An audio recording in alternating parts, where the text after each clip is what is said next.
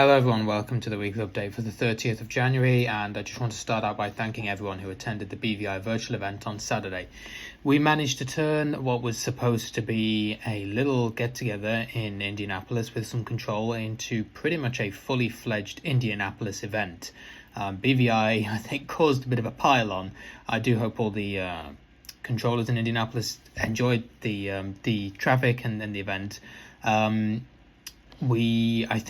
I've heard that there was over 90 aircraft at Indianapolis in 90 minutes, and we had full control from delivery to ground to tower, approach and center. And I couldn't thank the Indianapolis staffing more. To be honest with you, I got in contact with them a few weeks ago, and they really pulled out all the stops for us there, and that was really great.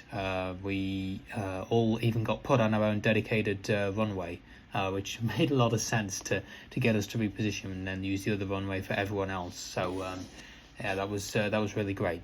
The thing that we're mainly going to be focusing our attention on is the discussion of the TFM Weather Center feature. So it will provide essentially real-time weather data at the aircraft's location, including temperatures, wind, cloud layers, and customizable wind and cloud command options. What does that mean? Well, obviously you'll be able to view cloud and wind layers.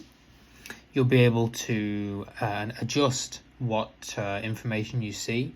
So obviously right bracket I is currently the standard wind command, but that command will encompass a lot more data, so you can adjust what you'll see when you press that. And also what you'll see in the Weather Center dialog, which will be a dedicated dialog for this feature.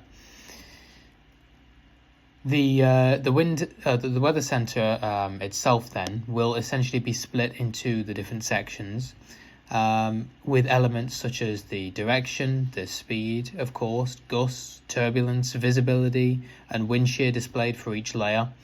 The command output, as I said, can be customized through TFM, as can the announcements that you will hear. So there will be some automatic announcements of various things, icing, turbulence, and clouds.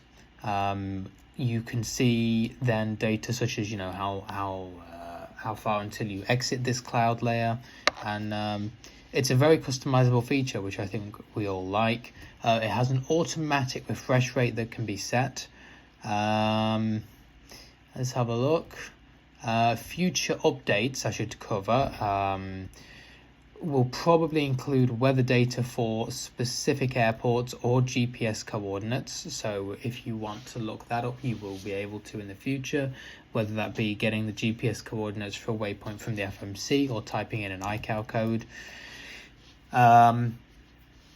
This is going to be a very useful feature. Let me outline a few reasons why. So how could you use this feature? You probably, it's a valid question. Someone might say, well, I'm totally blind. I fly, with the PMDG or whatever. Why is this useful for me? I don't care about visibility or whatever.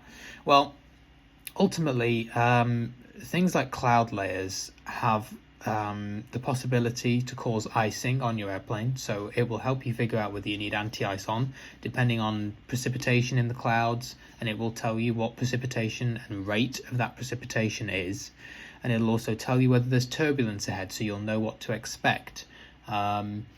It's a form of weather radar then in itself, and it's also useful in terms of the wind layers, because if you're at a lower flight level and you want to climb or you want to descend, and maybe you're wondering, okay, are we going to get better winds? Are we going to get a more favorable tailwind or less of a headwind?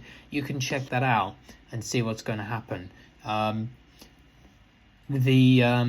The other thing, of course, is that, it's good to know when you're streaming, for example, whether you're in clouds or whether the visibility is high or low or what's going on, so that you can kind of talk about it on your stream and let people know and know exactly what a sighted person is seeing when they're looking at your simulator.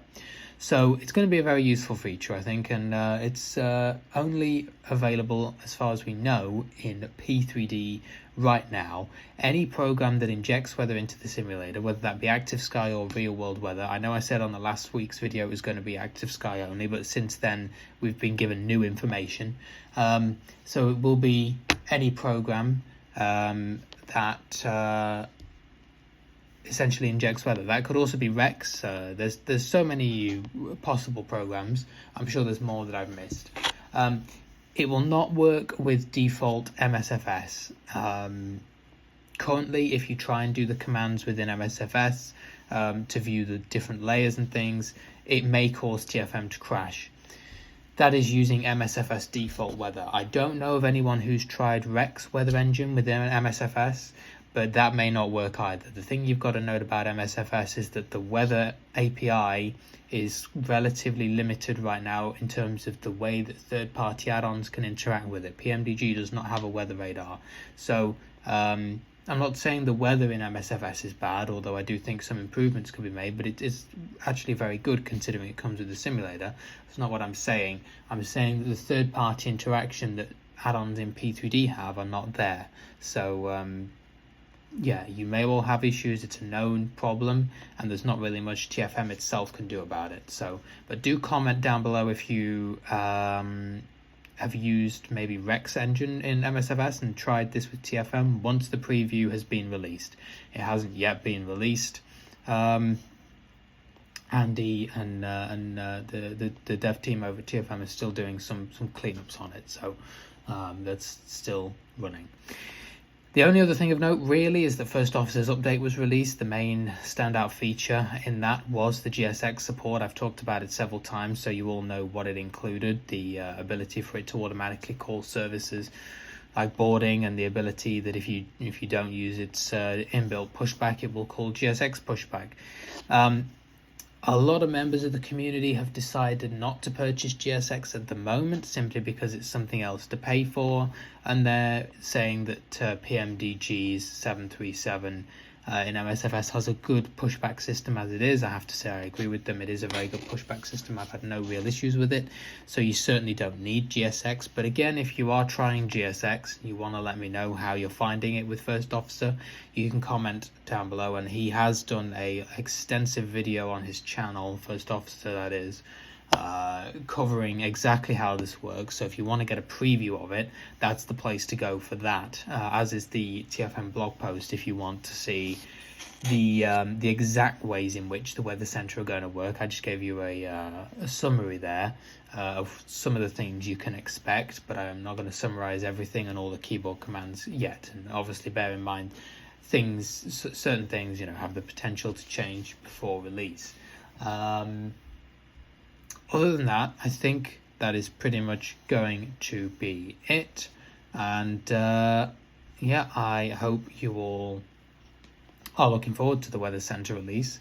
And then I believe for TFM, it will be back to the 747 development cycle, which has been somewhat slowed down, at least in the past few weeks, to get the Weather Center out. But I think that's understandable, and the Weather Center in the here and now is going to be a very useful feature, no matter what plane you're flying.